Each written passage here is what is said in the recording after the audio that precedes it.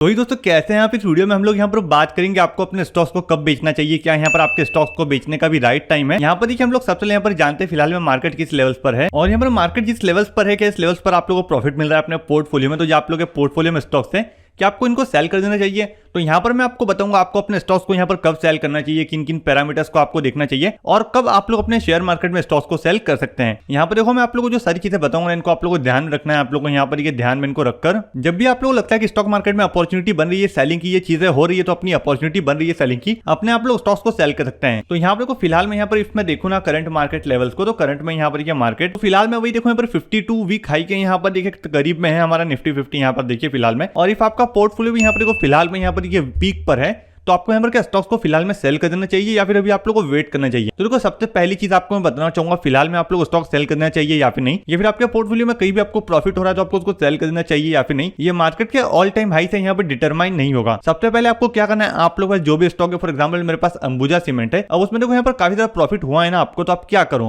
अब वो all time high पर है तो यहाँ पर प्रॉफिट बना के क्या मैं निकल जाऊँ। तो सबसे पहले एक चीज सोचो कि आप लोगों ने जब स्टॉक मार्केट में इन्वेस्ट किया था, शेयर में इन्वेस्ट किया था, क्या आप लोगों ने टारगेट रखा था। आप लोगों ने टारगेट रखा था कि यहाँ पर जब आप लोगों को इससे 45% 50% का रिटर्न मिलेगा तो आप इसको सेल कर देंगे। आप लोगों ने यहाँ पर सोचा था कि इससे आप लोगों को 500 रुपए मुनाफा हो जाएगा तो आप लोग इसको सेल कर देंगे। आपने यहाँ पर जो भी टारगेट सोच कर रखा था कि आपको इसको लॉन्ग टर्म के लिए रखना है, आपको रिटायरमेंट के लिए रखना है, आपको इसके साथ साथ यहाँ पर ज्यादा पैसा मिल जाए 50% 60%, तो आप इसको सेल कर देंगे। आपने क्या सोचा था, मेरे एम में मैंने सोचा था मैं यहाँ पर एक शेयर को टिल रिटायरमेंट तक रखूं जिससे मुझे डिविडेंड भी मिले और काफी ज्यादा मेरा कैपिटल भी ग्रो हो जाए। अब मेरा एम ये था तो मैं क्यों यहाँ पर कुछ पैसों के लिए इसको बेचूं। आप लोग ये चीज समझो, सबसे पहले आपका भी एम रिटायरमेंट है तो तब तक आप लोग होल्ड करके रखिए। इसके साथ साथ यहाँ पर इस बीच में यहाँ पर कई सारी फ्लक्चुएशंस आ सकती है जिस बीच में स्टॉक हमको सेल करना पड़ सकता है। तो वहां पर आप लोगों को इन रीजंस को देखना है। सबसे पहले आप लोग देखो कि कंपनी का प्रॉफिट क्या यहाँ पर लगातार गिरते जा रहा है, कंपनी की सेल्स गिरते जा रही है, कंपनी के मैनेजमेंट में चेंजेस होते जा रहे हैं। आप ये चीज देखो, यदि हाँ ये चीज हो रही है ना तो आप लोग स्टॉक को यहाँ पर फिर एनालाइज करो कि कंपनी के प्रोमोटर होल्डिंग क्या है, कंपनी के प्रोमोटर अपनी होल्डिंग निकालते जा रहे हैं, ये सारी चीजें आपको देखना है। क्या म्यूचुअल फंड अपनी होल्डिंग बढ़ा रहे हैं या फिर वो भी अपनी होल्डिंग को निकाल रहे हैं। इन सभी चीजों को तुम लोग देखो। जब तुम इनको देखोगे ना तब तुम लोगों को खुद पता चलेगा कि अभी क्या करना चाहिए। तब आप लोग को स्टॉक के बारे में पता चल जाएगा कि स्टॉक फिलहाल में किस कंडीशन पर है, यहाँ पर बाय करना चाहिए फिर सेल करना चाहिए। वहीं से आप लोग को अंदाजा लग जाएगा क्योंकि यहाँ पर देखो आपको पता चल जाएगा यहाँ पर प्रॉफिट गिर रहा है, सेल्स कम हो रही है, यहाँ पर कंपनी के प्रोडक्ट की डिमांड कम हो रही है, कंपनी में कोई प्रॉब्लम चल रही है, कंपनी के बारे में बुरे रिव्यूज आ रहे हैं, कंपनी के प्रोडक्ट यहाँ पर अच्छा सेटिस्फेक्शन नहीं दे पा रहे हैं, कंपनी के प्रोडक्ट का अच्छा रिव्यू नहीं आ रहा है। तो क्यों आप लोग यहाँ पर उसको होल्ड करके रहो, क्यों? क्योंकि यहाँ पर जब जनता ज्यादा उस प्रोडक्ट को खरीदेगी नहीं, उसमें बताओ कंपनी के पास पैसा कहां से आएगा, पैसा नहीं आएगा तो प्रॉफिट कैसे बनेगा, और यहाँ पर प्रॉफिट नहीं बनेगा तो शेयर कैसे ग्रो होगा। इस चीज को समझो बैठकर। तो कंपनी का प्रॉफिट गिर रहा है तो आप लोगों को शेयर को सेल करना चाहिए। यहाँ पर देख लो कि आखिर क्यों गिर रहा है, यहाँ पर सारी चीजें देख लो। प्रोमोटर की होल्डिंग भी कम हो रही है, प्रॉफिट गिरने के साथ साथ कंपनी के प्रोडक्ट में ज्यादा सेल्स भी नहीं आ रही है, प्रोमोटर्स भी अपनी होल्डिंग कम ज्यादा कर रहे हैं, म्यूचुअल फंड भी अपनी होल्डिंग कम कर रहे हैं। इन चीजों को आप लोग देखो यहाँ पर, फिर देखो कंपनी के मैनेजमेंट में क्या हो रहा है, इन सारी चीजों को आप लोग पढ़ो। देन आप लोग देखो कि आप लोग इस शेयर को सेल करना चाहिए। और यहाँ पर पहले आप लोग कब सेल करें, जब आपका टारगेट अचीव हो जाए।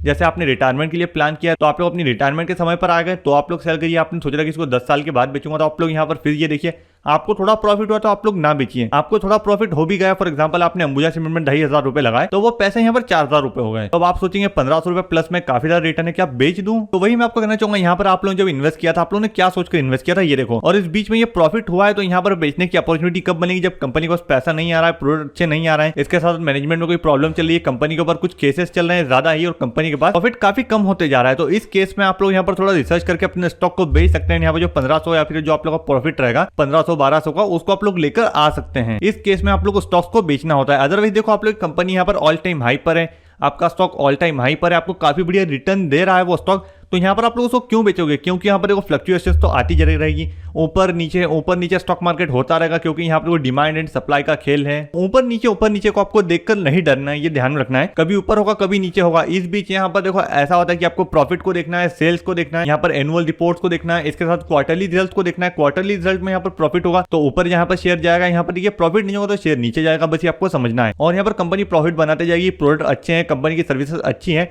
तो सिंपली देखो कंपनी के पास पैसा आते रहेगा, वो लॉन्ग टर्म में ऊपर जाती रहेगी। यहाँ पर देखो आपको ये चीज ध्यान में रखना है। दूसरा यहाँ पर देखिए आप लोगों को ये भी देखना है कि आप लोग यहाँ पर काफी ज्यादा लॉस हो जाता है तो आप लोग यहाँ पर एक चीज देखिएगा कि ज्यादा लॉस हो रहा है तो आप लोग को सेल करना चाहिए या फिर नहीं। फॉर एग्जाम्पल मेरे पोर्टफोलियो में कुछ ऐसी भी कंपनी है जिसमें यहाँ पर 25% का लॉस है, मतलब -25% मेरी इन्वेस्टमेंट पर है। तो यहाँ पर देखिए मैं सोच रहा हूँ कि इसको बेच दूं। यहाँ पर इसके बाद मेरे मन में एक सवाल आएगा कि यहाँ पर इसको बेचूं या फिर नहीं। तो अब यहाँ पर एक चीज बैठकर आप लोग समझो, सबसे पहले ध्यान से सुनना इसको। यहाँ पर आप सबसे पहले देखो आप लोगों ने एनालिसिस किया बिजनेस का कि फ्यूचर में इस बिजनेस की डिमांड है क्या, इसके साथ साथ जो कंपनी में प्रोमोटर की कितनी होल्डिंग है, कंपनी की सेल्स क्या है, कंपनी का प्रोडक्ट क्या है। आप लोग कंपनी के प्रोडक्ट के बारे में जानते हो तो आप लोग खुश हो, ये प्रोडक्ट क्या बेटर है, वैल्यूएबल है, दुनिया में मैक्सिमम लोग इसको यूज करें, ये सारी चीजें देखिए।